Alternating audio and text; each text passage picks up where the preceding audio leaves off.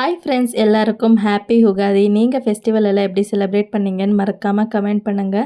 உகாதினாலே first நமக்கு ஞாபகம் வர்றது நல்லா எண்ணெய் தேய்ச்சி குளிக்கிறது. எங்கள் வீட்டில் எல்லாருக்கும் கோல்டுன்றதுனால விளக்கெண்ணெயை லைட்டாக சூடு பண்ணிவிட்டு அதுக்கப்புறமா தான் தேய்ச்சி விட்டேன். பசங்களுக்கு ஃபஸ்ட்டு ரெடி பண்ணிவிட்டு எங்கள் மாமியார் வீட்டுக்கு அமுச்சு விட்டுட்டு அப்போ தான் நம்ம கொஞ்சம் ரிலாக்ஸாக எல்லா வேலையும் செய்ய முடியும்னு சொல்லிட்டு ஸோ எல்லாமே சீக்கிரமாக செஞ்சிடலான்னு சொல்லி செஞ்சுட்டு இருந்தேன். கரண்ட் இல்லாததுனால ரொம்ப லேட் ஆகிடுச்சு.